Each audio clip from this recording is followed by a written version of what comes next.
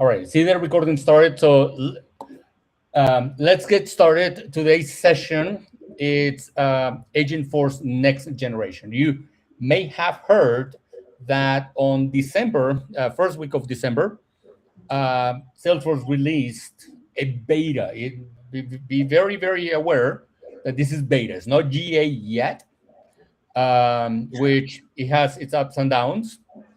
But it's a really, really good thing that I'm very happy to be working with. I've built my current role in Salesforce is forward deployment engineer. That's basically helping customers build their agents. And we have been building it for the last, I've been working with the team for the last 6 months, building with what I'm now calling the legacy Agentforce. Nowadays, since December, Salesforce came up with a next generation Agentforce, which the most important thing is that it is going to allow you, or it is allowing you basically, to do processes that are deterministic. This was not possible with the traditional Agentforce that you may or may not have been worked with.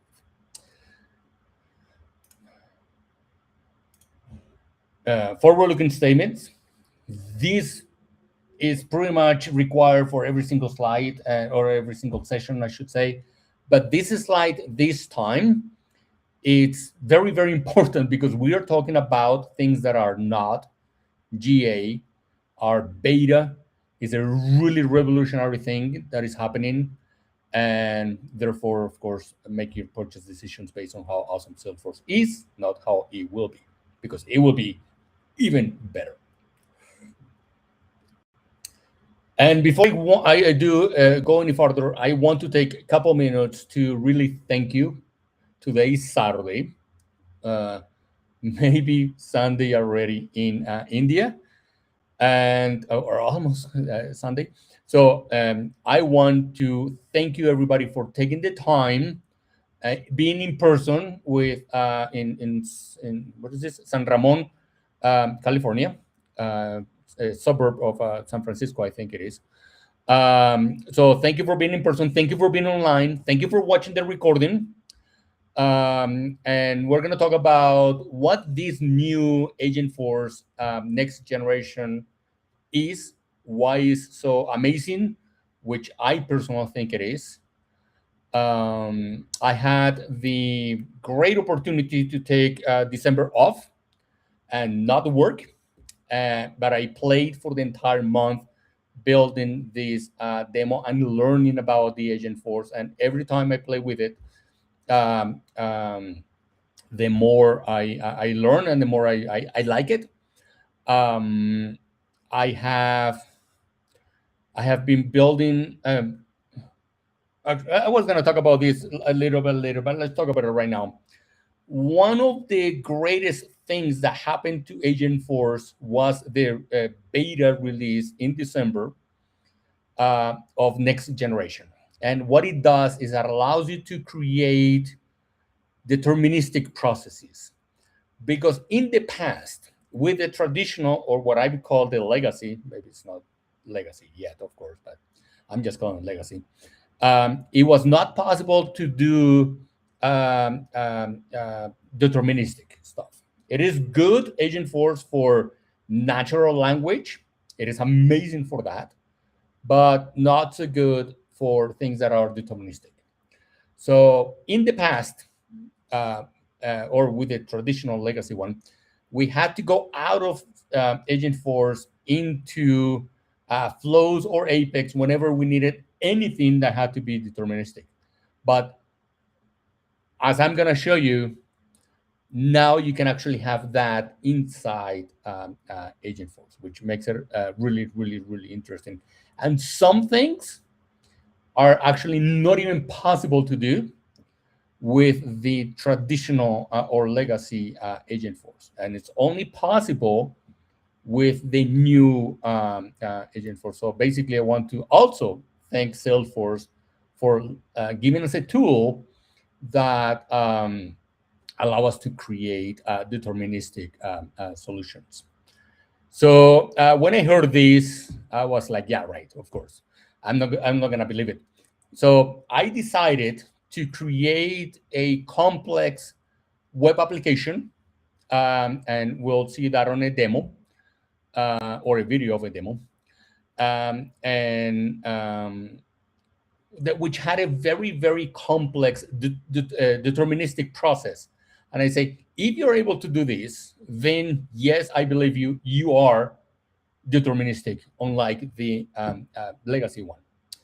So that's what I tried to do in December, and actually came quite really, really good, to the point that I was very excited, and I did a little bit of a demo and some presentation on my channel in LinkedIn. Please do follow me, El Toro IT.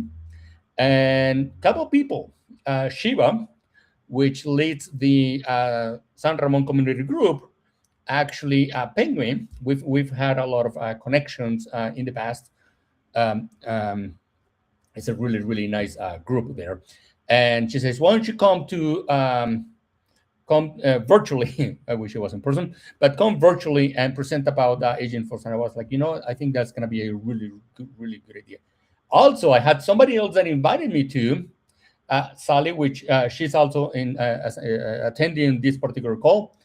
And Sally and I, we're going to do another session 2 weeks from now, but it's not the same session. This is the introduction. If you've never done anything with the new next generation Agentforce, you want to watch this session. Once you understand the principles, the concepts, the basics, then you go to the advanced course. And that's what we're going to do with Sally in 2 weeks. Not next Saturday, but the one after. Or if you're watching this recording, make sure you find both sessions, and you watch this one first and then the other one later. All right. So what we're going to talk about, obviously, is about the Agentforce Next Generation tool that Salesforce created. We want to understand really what makes it special. How do you start thinking about Agentforce? What are the different blocks that we have? What are the topics? And then we're going to wrap it up a little bit talking about something that I created, which is called ETMS, which stands for El Toro IT, obviously, that's me, Music Store, which is a web application that allows you to listen and purchase songs. It's fictitious. I'm not selling anything. I'm not even going to. So I disabled the screen that grabs the credit card because I don't want to sell it. I don't want to go with that copyright and all that crazy stuff. So, but I built it, and I wanted to build it to be like a Salesforce. So I put an Agentforce agent, which allows you to interact with the site. Maybe if you purchase a CD or something, we'll talk about that later, and it hasn't arrived, then you need to create a case. You do that through the chat window for Agentforce, and that escalates to a human. And it's a very good application. We're just going to take a look at one little piece of that, which is the complex process of selling a song. And I made it very complex, more complex than probably had to be, with a lot of business rules, just because I wanted to see if Agentforce was able to do that in a deterministic fashion. And good news is it is possible. And I would have not been able to build that without the new Agentforce. That's what really gets me excited about. That's why I'm so excited about today, to bring you this information to you. So let's get started. And we're going to start talking about, so what is Agentforce Next Generation? Keep in mind, remember, this is beta. And as beta tools, they break. And actually, I woke up this morning and I was going to try my demo. And my org became overnight a spring 26 from a winter 26 org, and of course it doesn't work. I was working. I built this on a sandbox. I thought it was going to be a really good idea. So my sandbox was converted into spring. Production is still winter, but I didn't have time to deploy that and rebuild the demo and everything else. So what I'm going to do for the demo part is I'm going to go through some pieces of a YouTube video that I created in my channel, El Toro IT, and show you what all the concepts that we're talking about are about, and how I use those concepts to build the demo. So it's always a good idea to have a demo, but the most important things today is not to brag and show off that I was able to build a demo. The idea is that you can understand why Agentforce is able to do what it does, and you get excited about Agentforce Next Generation, as excited as I am, and start building, or at least thinking about building with the builder, okay, with this next gen. So today we're going to talk about what is Agentforce, what are the different pieces, what's a topic, what's this, what's that. But I'm not going to be able to actually show you a demo per se, because my org Spring 26 few hours ago I realized that it was Spring 26, so I wasn't able to show the demo. But I've been working since December. I've been working really well. Obviously, Murphy says until this morning when I was going to present this to you. Or if you're recording it, it's not going to be able to be part of the recording. So some pieces are GA. What's beta is the authoring tools. So what you're seeing on the screen right now, which is the new way to build these agents, it's still beta. And the language agent script, still beta. Now, the agent script, you write it in English or maybe in code, and that gets compiled into something which is called an agent graph. Think about like, I recently in a different session, I heard something, I think it was an internal session though. I heard something that is a really good analogy. You write Java gets compiled into bytecode. Bytecode runs on top of Java virtual machine. So the same idea, I should have put a slide for that. The same idea happens with all these. You write in a language which is called agent script. Yes, of course, Salesforce had to create yet another language, but that gets compiled into binary, which is called agent graph. That agent graph runs on a, like in Java comparison in a virtual machine, that's the Atlas reasoning engine. So the reasoning engine Atlas and the graph, that is GA. The tools to build it are in beta for now. And today, by the way, is January 10th, 2026. I don't know if I can still say Happy New Year, but it's early enough in the year, I guess I could. All right. So what is different from what I call the legacy? Some of you may recognize this screen.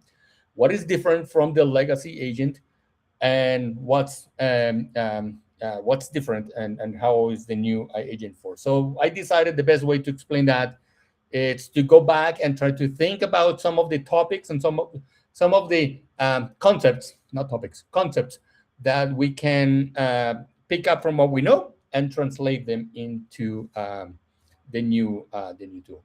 I always like to learn by comparison. So what do we have now, and what is different that will help you learn better the new systems? And I am a true believer of that, and that's what we're going to be doing in this particular session. So how do you create a legacy agent? You may see this screen before. One of the first things you do is you divide the functionality of your agent into topics. you got to be very careful that topics don't overlap. That's been a big issue with the legacy agent. And the topics must be complete. Everything that happens in this particular uh, um, uh, uh, functionality must happen within the topic. Okay, we're going to see that that varies a little bit with the new Agentforce, what is called Agentforce Next Generation. So in legacy, you also write instructions, which in this particular case are these boxes over here, your different instructions. Those instructions are static. You write them, you save them, you activate it. They do not change at runtime. First big difference with the Agentforce Next Generation, Agent Script, Agent Graph, all the stuff. You build at runtime the instruction that is going to be generated. That's a very first step on understanding the difference between the legacy and the new one. In the new one, you, as I will show you a little bit later, the instructions are dynamic. You build them at runtime. Think about like you create a variable, like it's a string. Think about this. You start appending things, and that's going to be run as your particular instruction. With the legacy one, they are parsed and executed by the large language model, similar to today. But the new build, the new Agentforce, is not about just instructions, which are not deterministic. It's also about things that are deterministic. The instructions in the legacy are processed before any action executes. With the new agent, you can have some actions before the LLM and some actions after the LLM. So you have a lot more control. That's what's really exciting, and able to do things that without that particular concept, it has not been possible before. And last but not least, the legacy is non-deterministic. If you want to do something deterministic, you have to, I've seen some slides and demos and example, whatever, of why is this different. It's like the instruction in the legacy, you say, first do this. Second, only after you have done the first thing, do this, but only if the first thing was successful. Third, only if the first and the second. So it's really beg. It's like begging, oh, please do it the way I wanted to do it. No, now you have absolute control on the way that it happens. That's what is different. And yes, you may have seen some Agentforce or agent script code. You'll see that it has some ifs. And people, one of my followers on LinkedIn wrote me a DM and say, yeah, but it's only about ifs. It's not really. You also control in which order you want to run the actions. So if you want to run A before B, before C, you write them in that order. If you want C, then B, then A, you flip the order around. And it's not only that, oh, only do this if, which is true, you can do that now, but also do this, and if it was successful, do that. If it wasn't successful, then do this, which was not possible with the legacy agent. And that's what really excites me about all this new technology. So with the legacy on the left and the next gen on the right, the legacy is unpredictable. It's hard to maintain. It doesn't have any structure. There's no guaranteed flow. You cannot control what happens first, then second, then third. But second is optional. You didn't have any of that. And therefore, you don't have any enforceable rules. On the right, we see what's actually possible with the new technology. It's a predictable flow. You indicate what runs first, what runs second, what runs third. Therefore, you can have guardrails and safety. You control the actions, not begging that the actions happen. You control them when they do happen and with what information they do happen. You can navigate between different topics. We'll see that. And that basically boils down to having an enterprise-grade behavior. So it allows you to build a predictable, context-aware agents that don't rely exclusively on the LLM interpreting what is the LLM thinks that it should do. You told them exactly what it needs to do. That's key, and that's different. That's special. There's a lot of posts I've seen on lately on the internet, on LinkedIn, which is my second home. People talking about some executives in Salesforce said that they don't believe in LLMs anymore, which is true. Just only exclusively the LLMs are not trustable. You need something like what the new Agentforce is. The problem with those posts is they don't. If you say executives in Salesforce don't like LLMs because, right, that would be a good thing. But the because and the explanation that we also have something that answers that particular problem, that doesn't sell clicks, or that you don't get click through, or it's not a clickbait. So they drop the second part. But what's important of that statement is actually the second part. It's yes, but we can make it work the way that we want it, and that's what what's the Agentforce Next Generation actually brings us to the table. All right. So some characteristics about the Agentforce Next Generation. What is it? What is it actually? This? Well, it's built of different things. One is the agent builder, which, by the way, is beta. It has it has. I've been kind of thinking. You are not allowed. It's not possible. It's not technically allowed. Possible to see the apex that gets generated when you build a flow. And the reason for that is that because when you build a flow, you don't get apex. It runs something different than your apex. There are two different things. With this builder, you have two views. You can view let's say the admin view, which is the canvas, or the developer's view, which is the agent script, and you can interchange between them. And I usually do that. I like to do a lot of coding. That's my way of thinking. But for some things that are easier to do in the canvas. So I flip around and you get both views of that. So it is actually very interesting, the fact that they build agent script, the language, and the canvas, and make it interchangeable. It's like if you were able to, which you're not, be able to see the apex that runs when you build a flow, and maybe fix the apex for something that is kind of difficult to do on the UI, do it in code. But it doesn't happen because flows don't create apex. With the next gen, you can see both views and you can flip. I wish I could show you that, but of course my demo is broken. Agent script compiles into agent graph, which is executed by the Atlas reasoning engine. We talked about that a little bit earlier. Topics are very important still. Topics are the major components that define what the agent can do.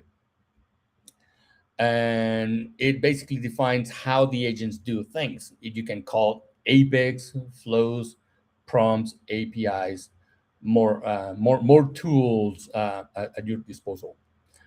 It uses variables. You define the variables and you indicate when you want to use the variables.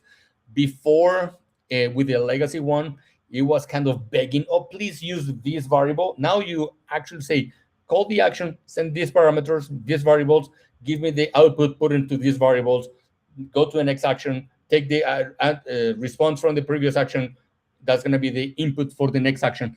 You have that control with variables. Very, very, very powerful. And like I said before, conversations are organized into topics. And there's a concept I haven't seen anywhere before.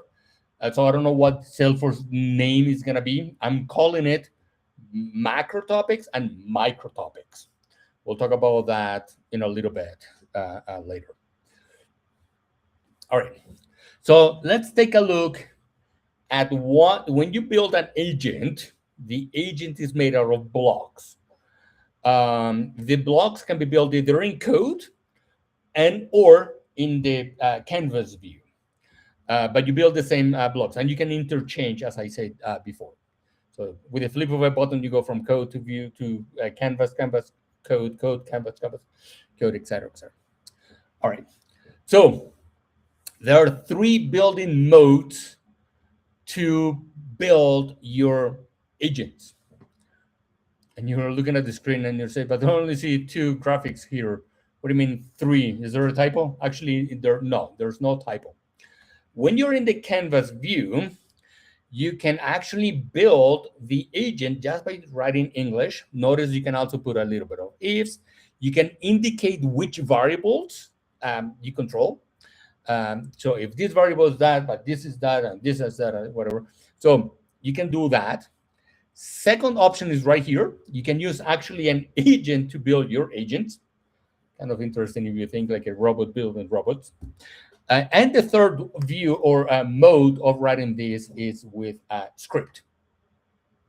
I'm in here on the sales track, which is a very complex part of my agent that I've been building for the last few weeks. And then you can see here some variables, some ifs, running some instructions, etc., etc. All right, some actions, etc., etc. Okay, so 3 views, 3 modes to edit things. 1, the canvas. 2, the agents building agents. And 3, just code. And you can flip between 1 and 3, and 1 and 3, and 1 and 3. So there are some things that I like to do in 1, and most of it I like to do in 3, just because my brain is better for as a developer. All right. So the agents have these particular blocks. We have a system. So this is the conceptual view. If you look at the documentation, you'll find these on the left, these blocks conceptually. On the right, you actually see where you find those pieces within your agent. So you have a system. We'll talk about the different components a little bit later in detail. Just want to show you that this is what I'm talking about. You also have one that is called the configuration or the agent details, variables, language, like English, Spanish, French, connection. This is inbound and outbound. Inbound is when you do like meow or something, it goes through a flow and it takes you to this agent, that's inbound. Or when you escalate, it goes from this agent into a queue or whatever, Omni Studio, whatever it's called. That's that connection. There's one topic which is very, very important.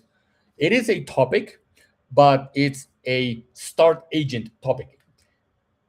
We'll talk about the details, so I'm not going to go into much more in this particular screen right now.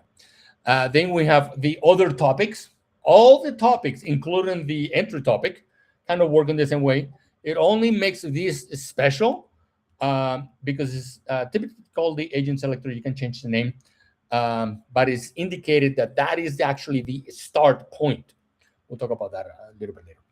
All right, so the topics themselves are built or made of the actual instructions and the actions. Like I said before, we're going to talk about that a little bit later. All right. Oh, and the other thing, I guess, in this particular slide, I didn't test this. I don't know if it's going to work. I guess not. I'll do it with my mouse. Oh, no, I flipped it. There's 2 actions. There are topic actions right here, and there's reasoning actions. Those reasoning actions are also called tools. And now I really messed that up because I have that beach ball. Oh, Lordy. What did I just do?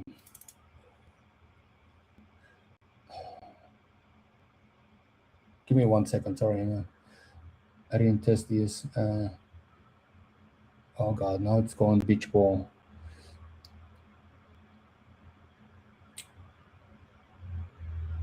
Okay, don't do anything else. I'm actually gonna turn it off. I was hoping it would work, but it doesn't. So let me turn it off. Sorry. Okay, it's It's off, I think. No, now it's the pen which I wanted, but now it's stuck in the pen. All right, so I'm so sorry. Oh, I've seen some people in my deck. Good. Don't make changes, please. Okay, let's try that again. So I say that I was going to share the slides after. I guess Shiva share it before, which is good. Thank you, Shiva. Now I don't owe them to share. All right, good. So then this is the topic selector. This is the starting point. Notice in here, you can actually set some variables. You can actually run some actions. You can have conditions. If this variable is less than 2, or if this is this, then we're going to have an LLM instruction here. Otherwise, we're just going to do a deterministic transition to authenticate. All right. And you can switch. Notice the cursor over here. When you go into script, you can go into script mode, or you can go into canvas mode. You can flip and back and forth. You're basically building the same thing, either with in canvas mode or in script mode. And it's the same topic selector in this particular case. I just wanted to show you that's actually something really cool. Is what we didn't have with flows and Apex, we do have with Agentforce, which is if you prefer this way of working, you work with this. If you prefer this way of working, you work with this. I am a super geek developer forever, 30 years coding, so this looks better for me than English. But if you don't have that experience as a developer and you prefer to work just in English, you have the ability to switch back and forth as seen here. All right, so what I'm gonna do now, I'm gonna go into each of the different components of the agent that I've built for the demo, which is the website that allows you to play and buy music fictitiously, of course, all that stuff. So when you go into the first entry here, the agent definition, you see the entire code. And most of these screens, I'm going to show you this the code part, but as I showed you before, you can easily interchange. Like I said before as well, I would like to work in code. So that's what we're going to be working for these particular sections here. So the first button, the agent definition, shows you the entire script. Then we have the agent details, also called the configuration, which gives you the name of the agent. And you can also version them.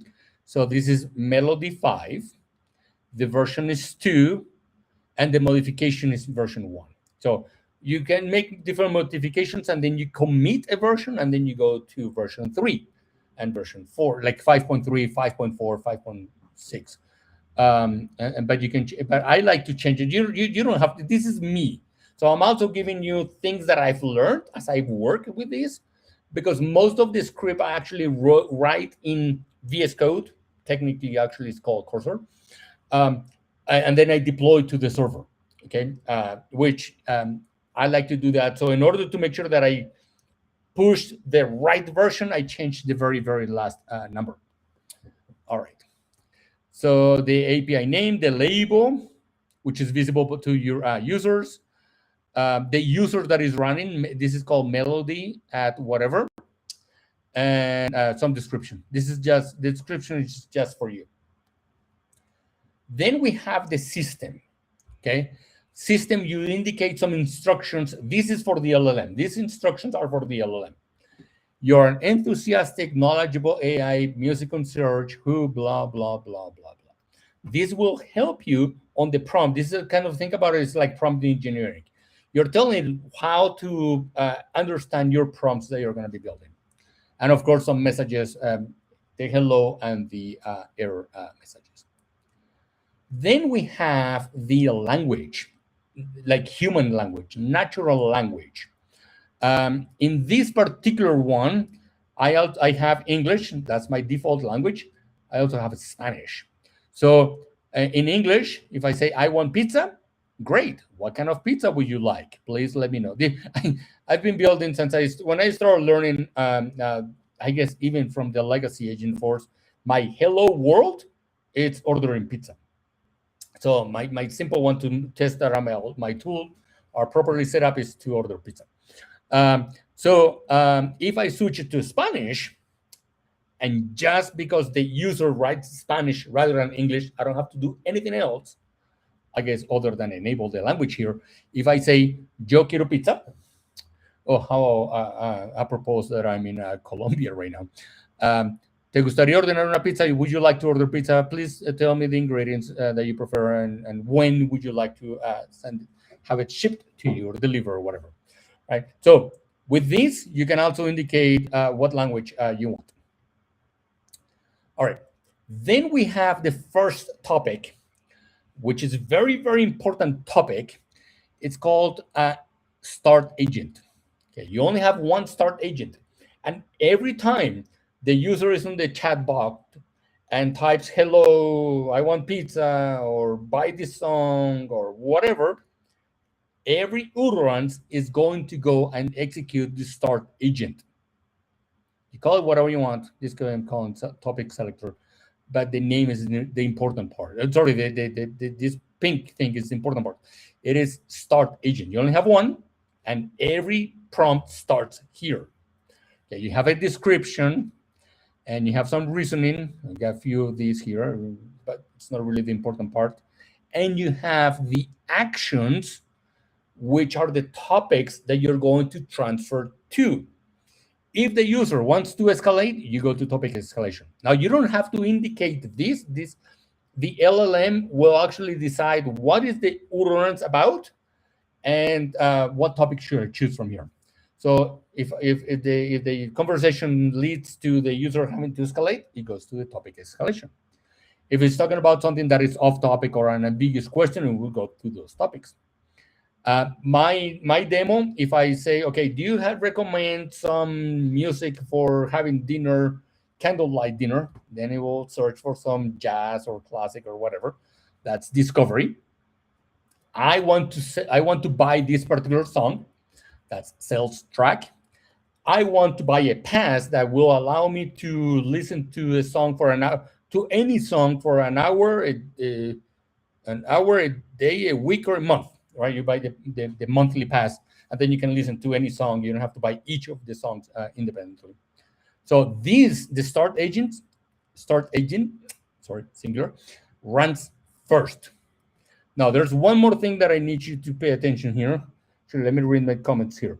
LM selects to use the next topic. We talk about that. Analysis recent conversation. Oh, it analyzes the conversation history, which is kind of very useful for agents, right? If you use chatbots in the past, which I've had from an airline that flew me to this city where I'm right now, Manizales, Colombia. I was also doing some things with my bank. They have static chatbots, like Einstein chatbots, not agents. So if you don't follow the script, they will get lost, which is really one of the key differentiators for Agentforce, even the legacy one, is that it will understand the context in which you're asking the question. For example, if I say, I want to order pizza, then it would say, what toppings and what time? And I say, pepperoni. And then another one, I say 1 p.m., it knows that is the 1 p.m., the time that I want the pizza delivered to my place, right? So it knows the context. And then it compares based on these escalations. What I also wanted you to look at is that these topics are right here. And also, I didn't have more arrows because it would make the slide busy, but discovery is right here. Sales track is right here. Sell pass is there. But notice this. Nowhere in here, I'm saying to go to the app sell track or go to the done topic. The ones that I have in here is what I am calling macro topics. The ones in here which get navigated from a different topic, you control the navigation. That's what I'm calling a micro topic. All right, so they are not here, but they will be executed because I'm gonna transition to those topics on whenever I want to transition, not whenever the LLM wants to transition. All right. Then we have the topic, which basically works in this particular way. You give it a name and a label. Very important, you give it a good description, because the LLM on the start topic is going to decide if it goes to that topic or goes to a different topic based on the name and the description. Then you have some reasonings. If a user explicitly asks to transfer, blah, blah, blah, blah, blah. Okay. Each topic should do one thing and do it well. But we can see, we saw earlier how you can actually navigate from one topic to another topic. All right, connections. This is the inbound flow and the outbound flow. We'll talk about that. The variables, you define variables. There's two types of variables.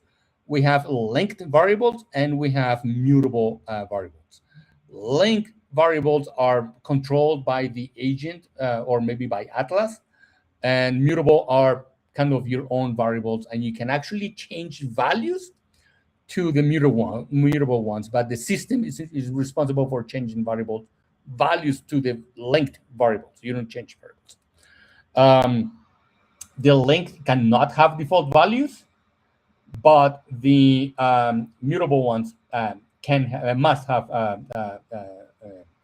values. Also source, where is this value coming from? It's coming from the messaging session ID. All right, and the description is used by the LLM to determine if you're in the reasoning mode, when those variables make sense to be used. If you are in the deterministic part, the descriptions are pretty much irrelevant, because you tell when to use those particular variables. All right, so we talk about topics. We're going to go a little bit deeper into the topics themselves. And let's start with that. So a topic has a name, a label, and a description. That's on the header. That's the name, the label, and a description. The description is maybe 2 or 3 sentences. It describes what the topic does, and it's used by the LLM when you're on the start agent to know if it's going to be transitioning to this particular topic. We then have the instructions. These instructions can be a combination of programming logic. You see here in this particular, can you see my mouse? Yeah. In this particular 2 lines, we're doing some deterministic. If the pizza message is equals to test, then please open the back door. Okay, that's the message. We're setting a variable for that.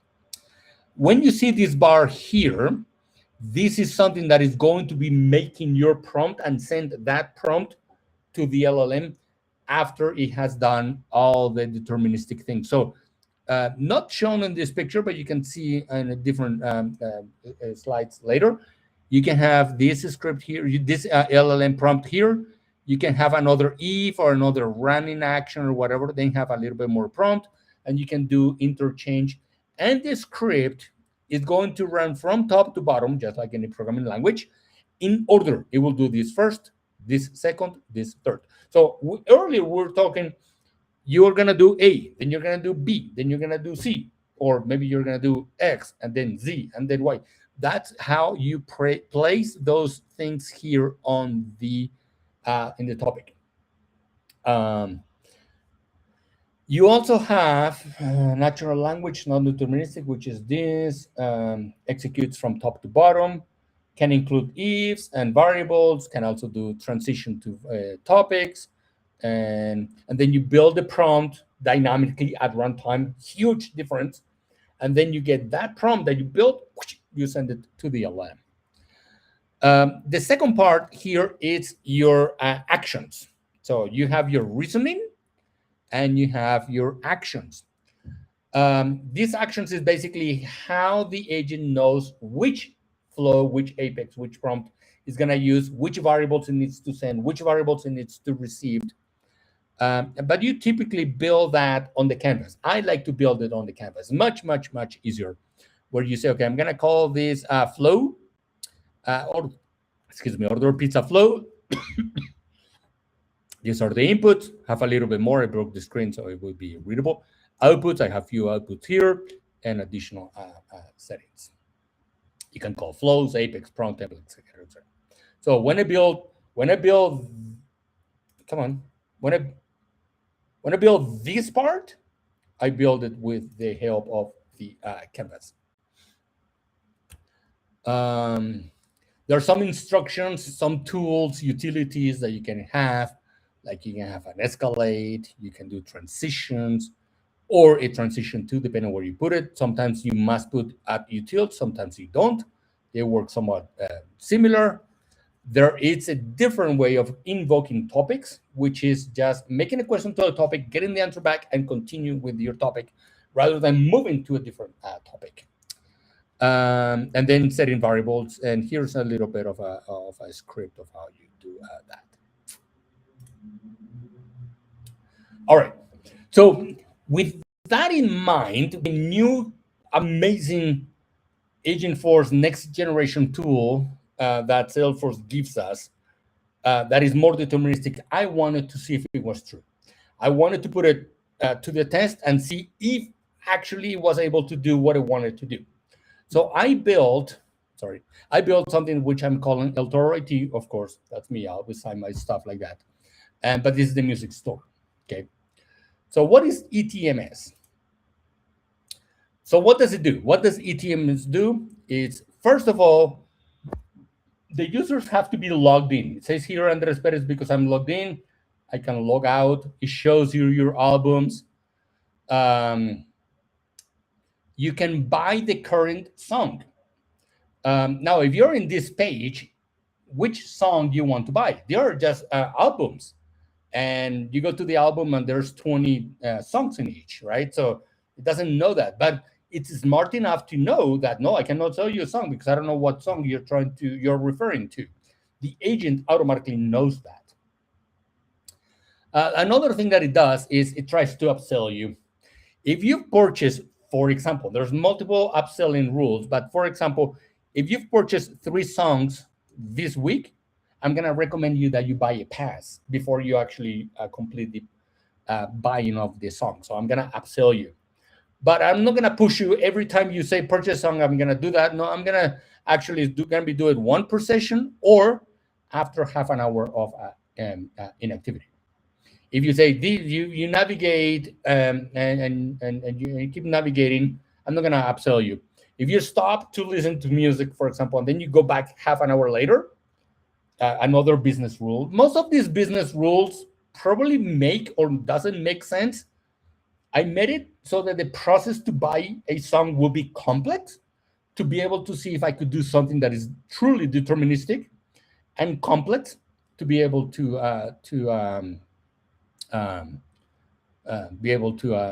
build the agent with a lot of deterministic. After the song is purchased, it will immediately update the screen. If you don't buy the song or if you don't have a pass, you can only listen to 30 seconds of a song, a preview. Once you buy it, you can listen to the entire song. So as soon as you purchase it through the agent and the purchase is complete, your screen refreshes and the button changes from preview to play. Just because there's a integration between the chatbot and the website. It's not two things that are independent, they are interconnected. That's also something that I wanted to build on this particular, that I was able to build with this particular demo, which would have not been possible. I struggled with that a lot when I was working with the traditional legacy Agentforce. But now with this one, it works. It works really, really well. Maybe not today. All right. So what is the process to purchase a song? It's a very complex process, and I made it complex in purpose. All of this could have been probably simplified, but I wanted to make it complicated with a lot of business rules to make sure that the agent was able to actually do what it had to do. So the user must be authenticated. First, if you're not logged in into the site, it's going to tell you you need to log in. You also need to be in a song page. If you're viewing like the album or an artist, you cannot buy an artist. You can buy their song, but you cannot buy a Shakira. You can buy a Shakira song. So you must be on a song page. It's going to try to upsell you, but only once per session, every half an hour of inactivity. It checks what you already have, what entitlements you have, and tries to upsell you somehow. Then it checks the prices, which are used for the benefits. If I'm going to upsell you, I need to prove with numbers that, hey, buy this pass because it will blah, blah, blah, blah, blah, blah, right? Then validate if the user can purchase the song. For example, if the user already has the song, you cannot buy a song that you already own, of course. Or if you have a pass that allows you to listen to any song for a week, well, you cannot buy songs because you're entitled to listen to a full song, so it doesn't make sense to buy it, right? You can buy with credit or with money, like credit cards or whatnot, okay? So I know this slide in particular, it's very, very tiny, and I do not pretend at all that you're able to read each of the letters that it says in here. My goal for this slide is to show you how complex is the actual process of buying a song. As you can see, it is very, very deterministic. And this is the happy path of buying a particular song. Things like the user says purchase song. If you're in the song page, then sure, you continue. If not, you go there. It tries to upsell you. It tries to see if you have the song. It tries to see if you have credits. It tries to see all this stuff. Very, very deterministic. My idea is not that you read this. Probably even comes blurry on the video, which is fine. I'm just trying to show you, and you get a feeling of how complicated the buying process is. Now, I knew when I started working with Agentforce Next Generation, which was the day it was released, December 5th of 2025, I knew that I was going to have problems with my org. And I wanted to be able to rebuild the org. So I kind of predicted that something like what happened today was going to fail because it's still beta. Unfortunately, it happened just hours between this session. Of course, it takes me a while to rebuild the whole thing. So I decided to split it into two different Salesforce orgs. One is the Agentforce org, and one is the what I'm calling here the e-commerce org. When I buy a song, it gets there's a record that gets listed under my contact. Similar for a pass, there's another related record in there. There's an entitlements there. So all the e-commerce is in one org. My Agentforce was on the other. I didn't want to really have to rebuild the whole thing, so I split it. Once it becomes a GA, once Agentforce is more stable, and if I have to rebuild this demo, I will put that into one single org. So if I was you and you want to work with this, well, first of all, working on a sandbox. But even after you're working on a sandbox, also you want to put that together with your single org that you have for your business. I have the luxury of being able to create different orgs. So that's why you see two boxes here. One is my Agentforce, one is my e-commerce org. I'm just giving you a little overview of the architecture. A couple of weeks from now, with Sally, we're going to go very, very in-depth into the actual architecture and why I decided to do this rather than that. That's what we're going to be talking about in 2 weeks. So make sure that you sign up for that session as well. Or if you're watching the recording, you find the other video and you watch that as well. So the architecture for this is we have something that is running on a web server. While building this, is running on the local host. I'm using something that is similar to Node. It's a JavaScript engine. It's called Dino. And that's my back end server here. This is my front end. My front end, I build it with line web components, of course, because the only thing I need to do is Salesforce. Not really, but. And we have the Meow chat. The Meow chat, which is the chatbot on the bottom right of the screen, it connects to a Melody. I give it a name, like a human name. And that talks to Apex. The Apex makes a call out to these other Apex to do the e-commerce stuff. And under the services, in order to be able to have an integration, we'll talk about that in a couple of weeks, in order to be able to have an integration between your web server and the chatbot, we do that through the chat API, which is an Apex class that I built. To be able to see the music or listen to or watch the videos, that's YouTube. For the metadata of the songs, or the data, not the metadata. The data is for a very cool site that it's called Last.fm.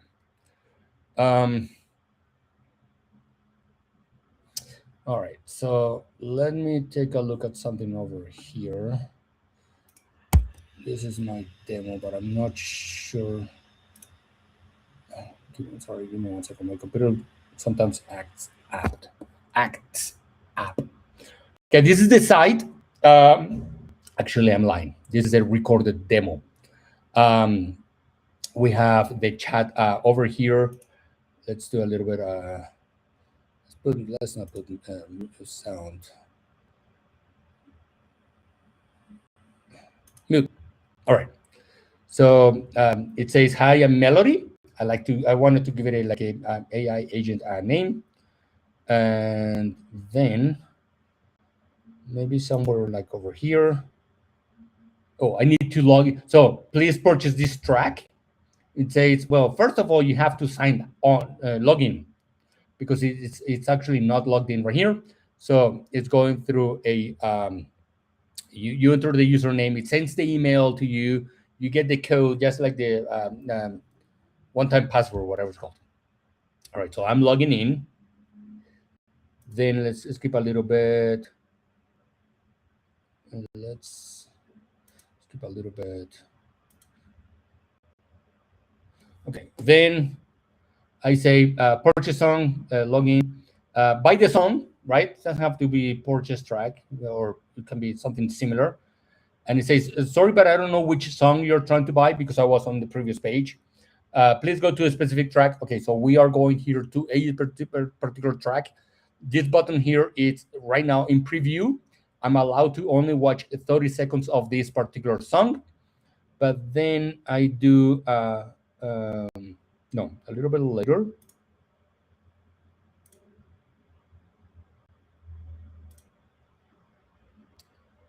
A little bit later. Let's skip a little bit. All right. So I say, okay, so would you want to buy it with money or with credits? And I say, no, I buy it with $5. And the purchase was successfully. And notice the button automatically changed to play, so I can listen to entire song. I don't have to refresh the page. There is a connection between, within the browser through JavaScript, there's a connection between the chat and the actual button. I'll share this is in YouTube. This video is in YouTube, so I can also share the link, and you can watch the or Shiva, would you mind putting the link that I sent you this morning? Yes, I will right now. Yes, thank you. All right, I don't remember what else I was in the video. So watch the full video. It's a good demo and stuff. You can see the web application that I built. Like I say, unfortunately, my org this morning became Spring 26, and everything broke. I guess that's why they do sandboxes a month ahead to detect these things. All right, so let's go back to a couple more slides. Oh, actually, that was it. So sorry for the demo.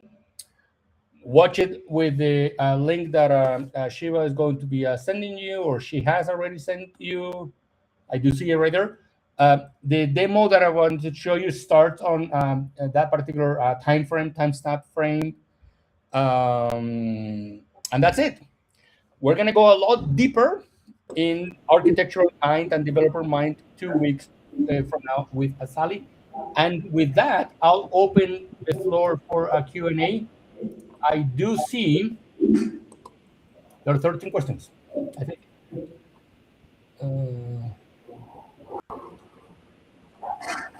Shiva, would you want to ask me the ones that are relevant or important or interesting to ask? Okay, let me start from the first one, Sally's question. The description in config blog is used by LLM or just for documentation? Document in that one in particular is documentation. So let's go back. Let's go back to in config. This one, it's for humans to understand what this agent is about. This one, instructions here, this goes to the LLM.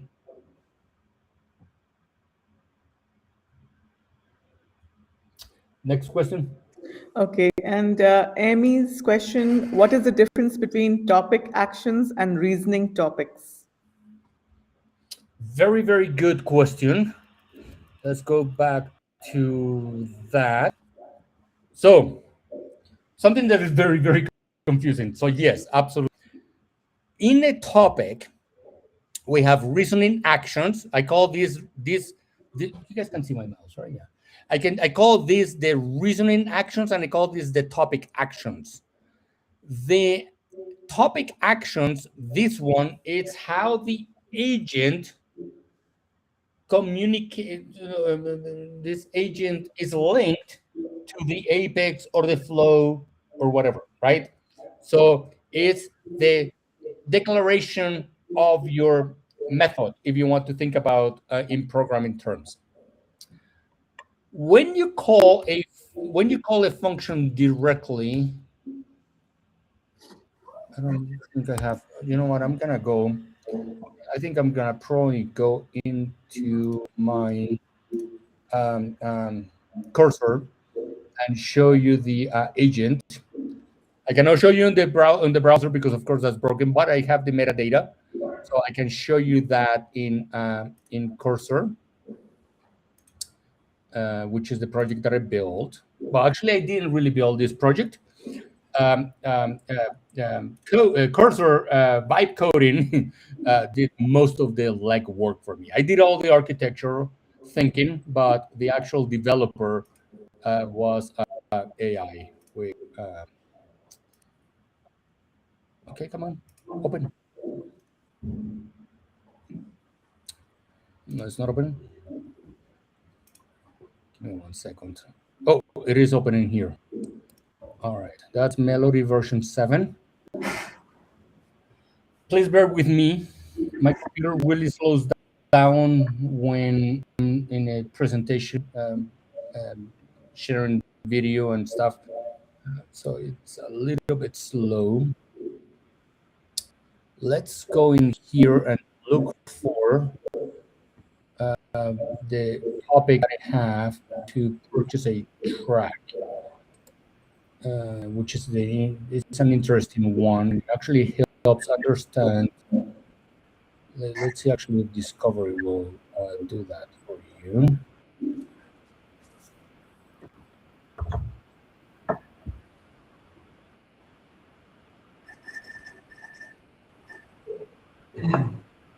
This is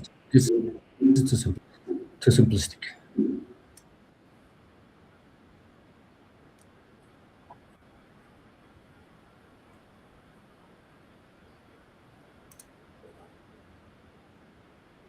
I'm sorry. Give me a couple of seconds. So,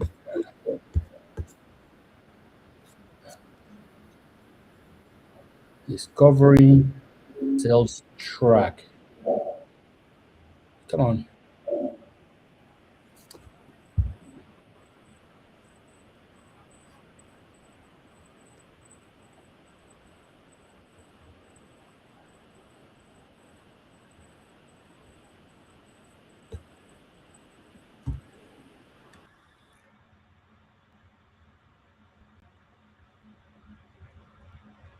Oh, shoot.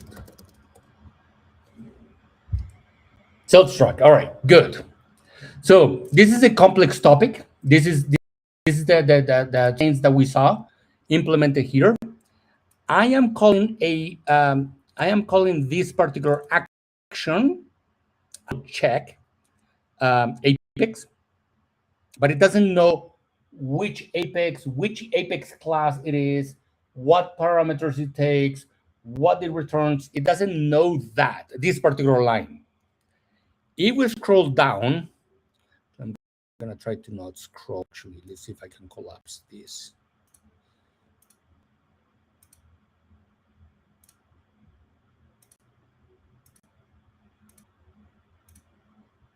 Oh, come on. It's not going to be on focus. All right. So this one is, well, it's a different one, which is a purchase track. So this one over here. I'm also doing a run actions. It doesn't know which apex, but the actions for the topic. Oh, actually, no, I'm lying. This is the actions for the reasoning. Well, I'll come back to this in a little bit. Check prices, sure. Check prices right here. So this one knows that it is this apex class. The apex class gets built very similar to how you called apex from flows, so invocable methods and all this stuff. This is the actual apex class that I'm calling. That apex class has a method which is annotated with invocable method. That invocable method receives a list of different things, including a routable ID, including, I guess that's it. And then it returns a list of products. So the actions on the topic is that connection, that bridge. You can call the topics directly yourself, deterministically, by passing the parameters and getting the responses back. Like the output. The width is the input and the set is the output. Okay, and this is deterministic, so you can actually indicate what variables and what things you want. When you run this from the LLM, so execute the action to purchase the track. This is going to be, I'm building a prompt. The prompt gets passed to the LLM. It says execute action to purchase the track, purchase track. Notice that I'm not giving any parameters and I'm not saying what to do with the response back. That is actually configured with the actions in the reasoning section where I indicate what are the inputs, what are the outputs for that particular line. So this is kind of a reference to that, where I'm able to do the parameters here. Triple dot means you figure out, Mr. LLM, what value makes sense to you. Purchase type can either be credit or money, depending on the conversation. So because it is a natural language base, you want to do the triple dots. And that purchase track here, sorry, this purchase track is this purchase track, and this purchase track is the action on the topic. That is a really, really important question. That's the type of things and the level of details that we're going to be talking about in a couple of weeks. All right, Shiva? Yes. So Sally, would you want to open your mic and ask directly, because you have 2-3 questions?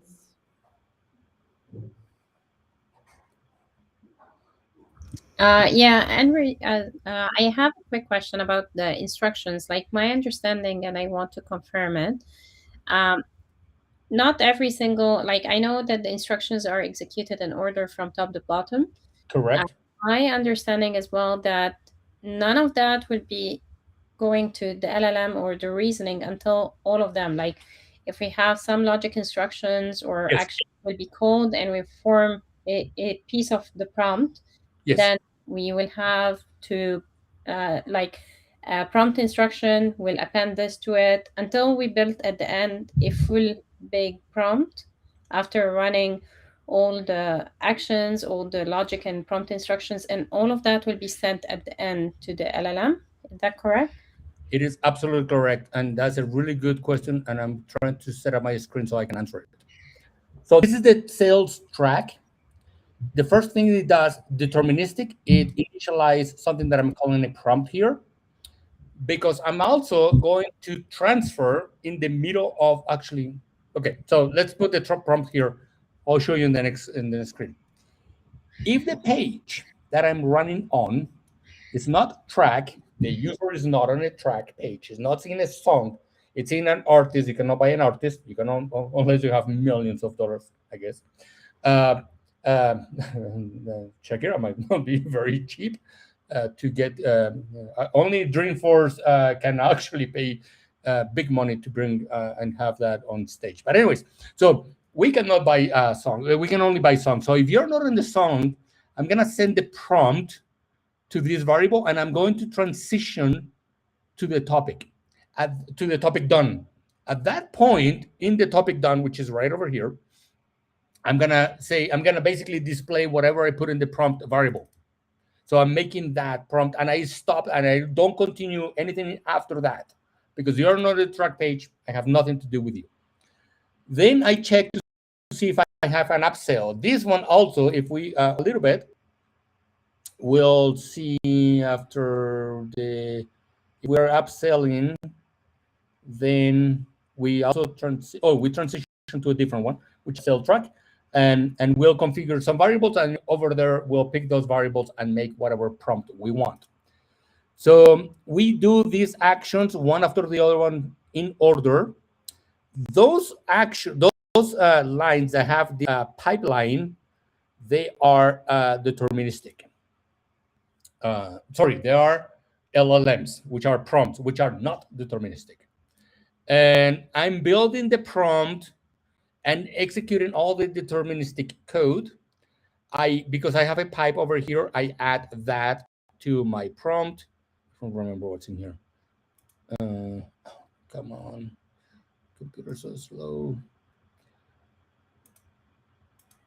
Oh, I'm just adding some variables here. So I add this to the prompt, I add this to the prompt, I add this to a prompt, and I'm collecting all of that stuff. Think about it, I'm concatenating to a string variable. I could have other instructions after those prompts, and they will execute. Once I get to the bottom, then I'm going to call the LLM with everything that I collected, which had those pipes, and they will be done in a non-deterministic LLM way. And basically, that's the answer to your question, Sally. Okay, great. So it's more like we are not sending all this prompt or these instructions every time. It's building on the fly a dynamic prompt that will be sent based on the utterance and the conditions and everything we have. 100%. Okay, great. And the other question is, now, like I saw as well, because it's beta and the team seems to be working on, the canvas is starting to get better and have everything. Like I believe at some point we didn't have the variables in the canvas, it became available. So do you find it's important for like developers, I won't say admin, but developers to learn the script? Or do you think the importance now is to learn the canvas and just use the canvas? I'm a developer myself, so I learned the script, but I don't know if it makes sense, like it's a good skill for any developer to learn, or do you see everyone using the canvas straight away? I think it's a matter of taste. Right now, the canvas and the script is not a par, as you stated, which is true. The variables just came this week, and you had to do variables in script. There are some things right now that are not available on the canvas, and I guess that's somehow expected because we're still in beta. But once it is GA and we have par, I think that it will be equally easy to work on both. I have a developer's mind, so I can see the code, I don't know if you guys remember this old movie, one of my favorite ones, Matrix. Yeah, you, I can see through the code easier than through some paragraphs, but some people can read better through paragraphs than through the code. And that's the reason why Salesforce created both views. You're a developer, you do code. You're an admin, you do code. Sorry, you do a Canvas. So, but not right now. Right now, script is much more powerful than Canvas, but that's why we are still in a beta mode. Okay. Yeah, thank you so much. Thank you. Shiva, next. Yeah, okay, thank you for that. Eric Fishman, can you open your mic and ask the question?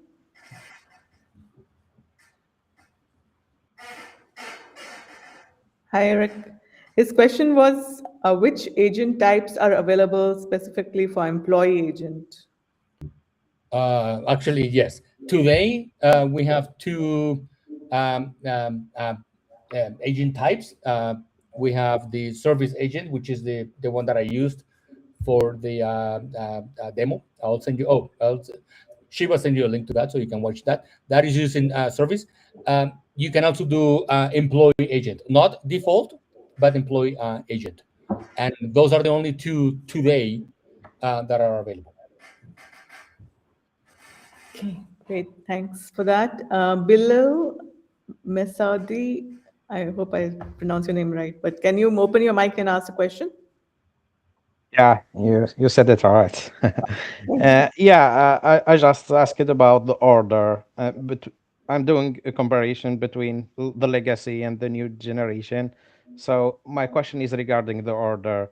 What is new via the new generation is that only that with the new generation now we can say if the action is not successful, then we can handle uh, the second scenario. If it fails, then we can do another action or another instruction, which is not covered on the legacy, right? Correct. That is, you're talking about doing something that is deterministic. Yeah, sure. Just like I did here in this particular demo. That Mhm. deterministic is not possible to do. It's very, very hard, Yeah. even possible to do it on the legacy Agentforce.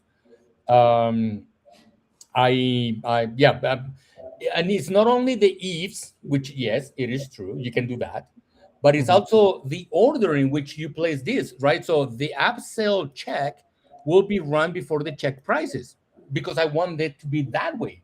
If I want to check prices before the upsell, I just flip those two lines around. You can't do that with the current legacy agent force because there's not deterministic behavior. So the good thing about that right now is you specify which actions you want to run when you want to run them, and not when you're begging the LLM to please help you be Mhm. nice enough to actually run it when it thinks that it should be run. Yeah.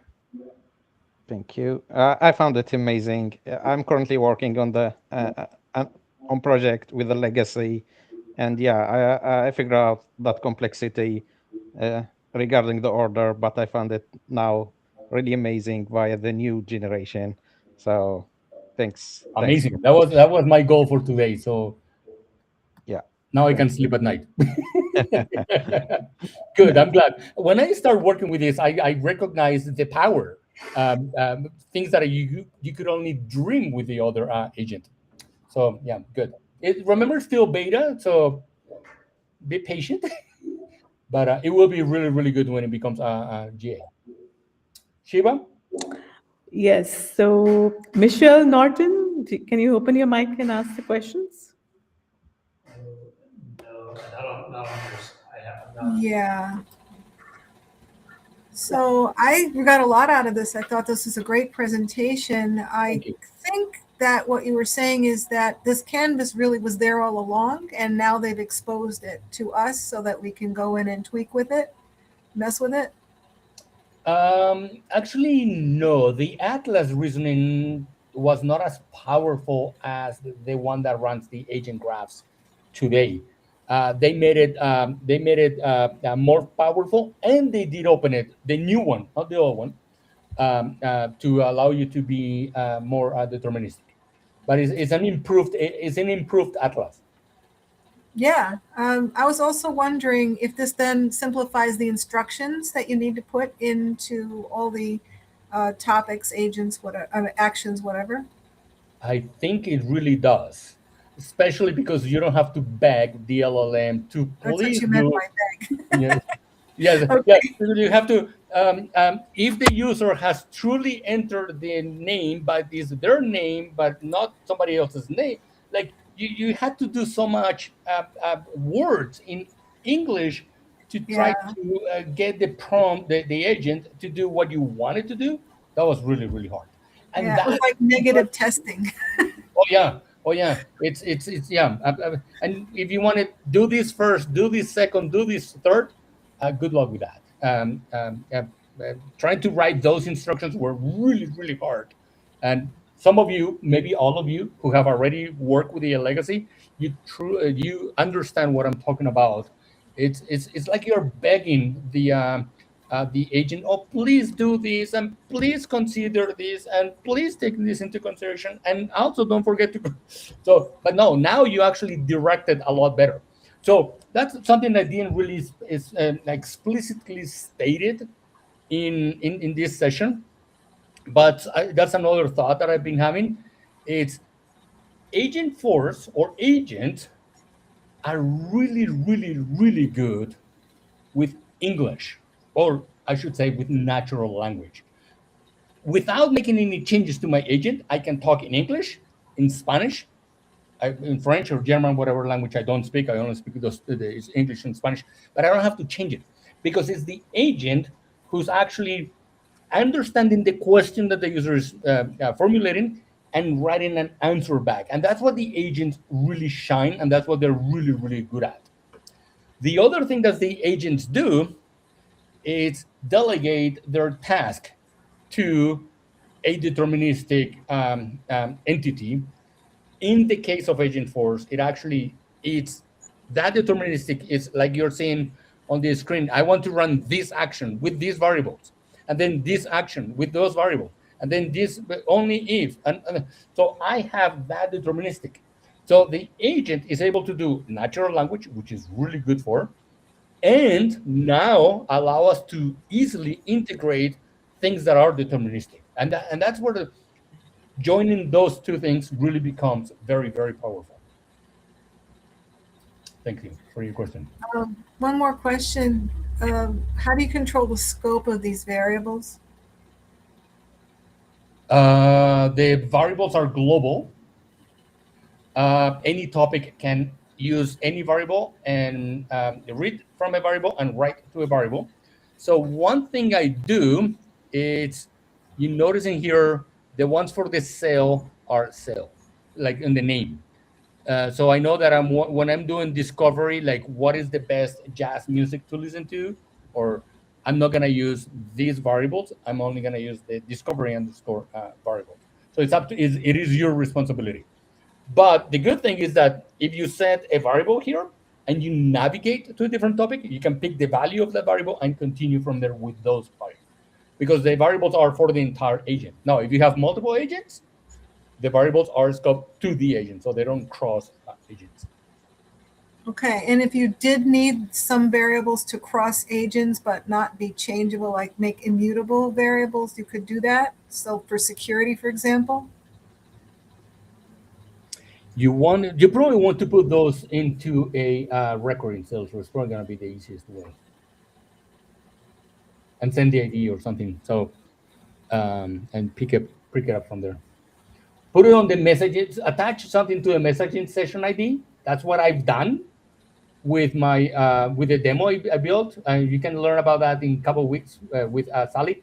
We're going to talk about how I'm using the messaging session to have the communication between. It's not between agents. I'm not doing agent to agent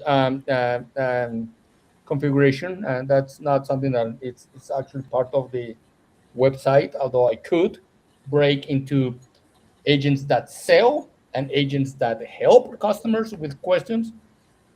So if I needed that, I would probably go through the messaging session ID, messaging session. Sorry. Thank you. Absolutely. Thank you. And we have someone here in the room, Martin, who wants to also ask a question. Oh, of course. Absolutely.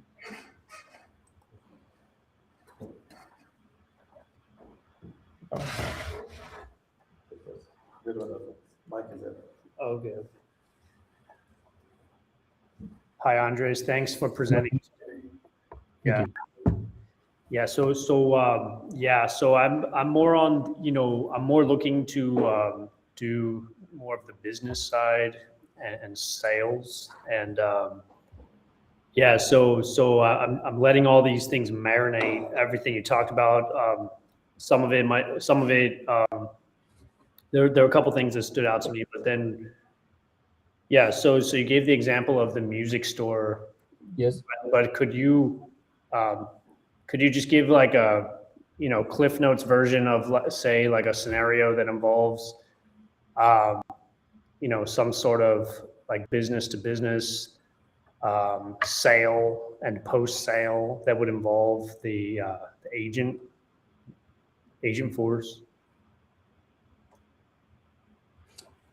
I'm having a little bit of a problem. I understood your question. I'm having a little bit of problem coming up with a good answer for you. Business to business definitely doesn't apply to what I build. But let's say shoes. All right, you are a shoe manufacturer and you have a website, and your users are gonna be either Walmart or maybe a mom and pop shop that sells shoes at the mall or something like that. Absolutely, they could check the inventory. I think there's not really from a developer point of view, technical point of view, there's actually not much difference between a B2B and B2C. The really difference is the volume. Rather than buying one pair of shoes, I buy 1,000 boxes because I need to sell them through my stores. But I can say, okay, I want to buy these 1,000 shoes. Now, if a week ago you bought 500 shoes and you haven't paid me yet, well, then I'm not going to sell you these shoes. Those are rules that are deterministic, and you can control that very, very easily with an agent by going into an Apex class, which reads data from maybe even data cloud, depending on the amount of data and transactional all that stuff you handle. You may have something like, okay, I want to buy 1,000 shoes, but send 10 shoes to this address, 10 shoes to this address, 10 shoes to this address. So the questions become different, but in the technology way of doing it, it's basically the same thing. You're going to have an agent, which is deterministic, which calls Apex to read data and take actions and do whatever data record modification is required. It's different objects, different fields, different things, different whatever. But sure, of course, any rules. I decided the music store for a few reasons. One, it's fun to watch movies, watch Shakira dancing. Two, it was easy for me to get data. This is a demo, right? So I didn't have any data for shoes and whatever, but there are good APIs that I can use for music, and including YouTube and the Last FM, which are the two that I used. I started with Spotify, but Spotify kind of become boring because you could only hear the song, not watch a video. So I just flipped to YouTube, just videos, which were more fun. But yeah, it's different between B2B and B2C and B2B2C or whatever you want to call it. It's different business rules, and maybe even a B2C. So for example, in my demo, you cannot buy a song that you already bought. But if you want to buy a new pair of shoes because the dog ate your old ones, well, you can buy them. Right? So it's different business rules, but equally easy to build with the new Agentforce. Thank you. Absolutely. Thanks. Okay, Hildy Jacoby, can you please open your mic to ask Hildy? Yes. Yeah, my question was, can you type the action in a certain order and after reorder them later on? When you are in the agent block, because you type them if you do the script, but when is the code is a certain order, but is it like if you want to modify after, can you reorder them? Not at runtime, but yeah, nothing prevents me. I'm not gonna do it because of course I'm gonna break it. But nothing prevents me from moving this particular action to here because I believe that it should be run before the other one. Absolutely. And then I need to save, compile, and deploy, and all that stuff. But not at runtime. And Yeah, this is totally when modified. you use the Canva, you can do it in the Canva, or you have to go to the script. Did you say if? When you're on the Canva, Yes. can you do it on the Canva too? You can do it on the canvas again, yes, but you need to Reorder? save it, activate, deploy, commit. You need to save it, commit, activate, deploy. But yes, absolutely. But not at runtime. Correct. Oh, okay, thanks. Absolutely. Manoj Mohan, can you open your mic to ask a question? So my question was one of the assets which you had shown, right? It was that process diagram, which I think showed the flow of the music system. Is that an attachment which will be shared after this call? So you basically want to be able to read it. Is that what you say? Yeah, I wanted to go through the blocks, right? The font wasn't very legible. I thought. The idea was not to make it readable. I wanted to show you how complex it was. In 2 weeks, I'm doing the slides that I'm doing for the 2 weeks. I'm doing a zoom into those and saying, okay, see this part here? This is how I build this part. See this part here? And then I do a zoom and I will have that. And it would be probably a good idea to somehow figure out a way that I can share those. I built it with a free tool. So I guess I can share that free tool. Well, not the free tool, but the file that you can open with the free tool. Yeah, I can. Just to follow up, I was more interested in the content of each of the blocks, right? Because like you said, there are some blocks where the complexity goes up in certain scenarios and certain edge cases. Yes, absolutely. That is why I wanted to zoom in on the content in that process user system interaction diagram, and if possible, get a view on that. But I'll connect with you on LinkedIn. Let's see if we can share that content. Yes, and please join me 2 weeks from now. It's not going to be with the San Ramon group, but in my LinkedIn, I shared both yesterday or something. So make sure you go to the other one with Sally, because that's exactly what we're talking about in that particular session. Sure. All right. So, Andre, thank you so much. And what we will do is for any other questions which are still be there, we'll be recording that, like we have recorded this, it'll be there. And I guess maybe in next month or so, after this 2-week thing, we might do another session. Like people want to talk about the business side and other things, we can come with different roundtable that we discussed, Andre. We'll set up another time on that side too. Because it's good to start thinking about the concepts that we're talking now. But the main thing is when you start people thinking about it, how to use it, and we might not even record the session. We have a roundtable stuff. Let people talk more openly, kind of thing too. I like it. We were talking about that on Thursday, I think, right? Yeah, that's right. So I said maybe let's do this. Like session 1 is the basics of theory. Session 2, a little bit practical side of things. People understand it more, and then we can do another session maybe like February or March, some time frame. We'll coordinate time and we do a roundtable together. Yes.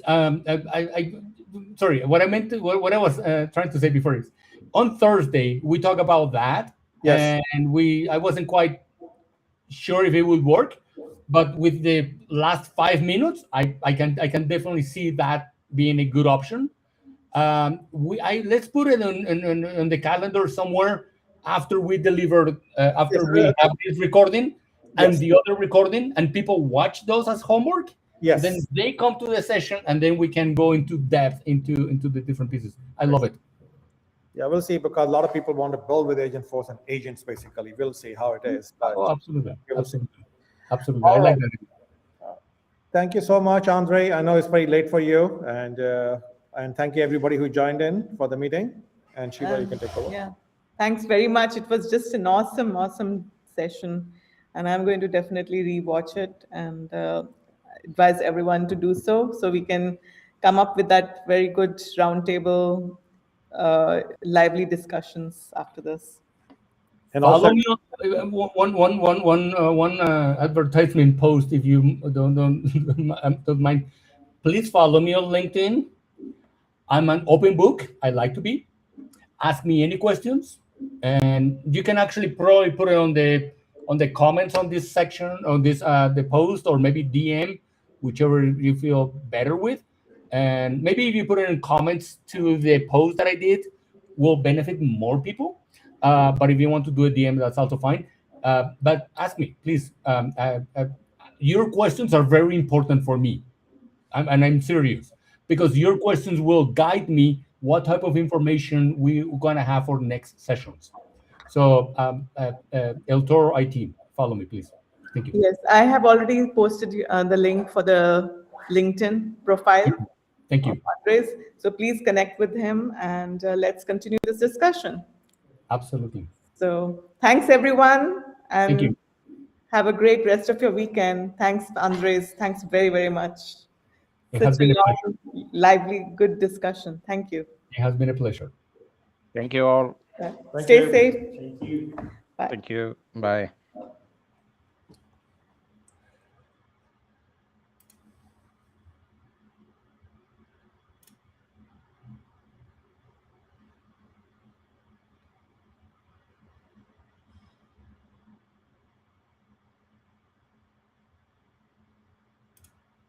Lunchtime. Yay.